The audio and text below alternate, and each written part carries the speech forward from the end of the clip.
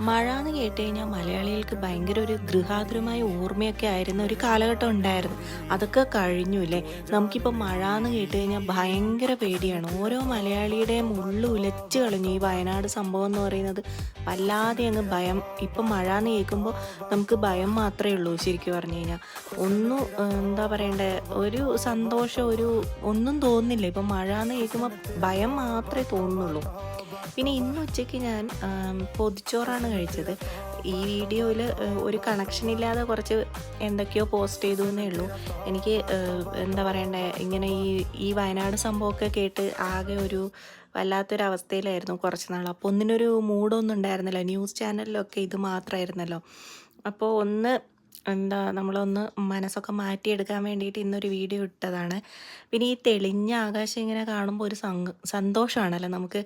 മഴയൊന്നും ഇല്ലാത്ത നല്ല തെളിഞ്ഞ ചന്ദ്രനൊക്കെ ഉള്ളൊരു ആകാശം